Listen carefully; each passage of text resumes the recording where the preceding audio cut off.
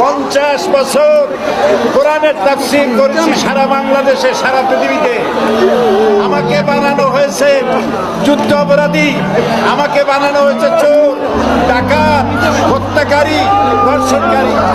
আমি আল্লাহর নামে কসম করে বলছি, আল্লাহ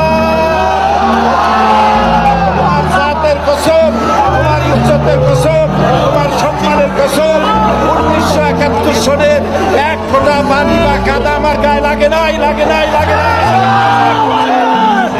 আমার শুধু কাজ ছিল কোরআনের প্রচার করা। নাস্তিকবাদীরা সহ্য করতে পারে নাই, জালিমরা বরদাস্ত করতে পারে নাই, যার জন্য আমাকে বন্দী করে রেখেছে।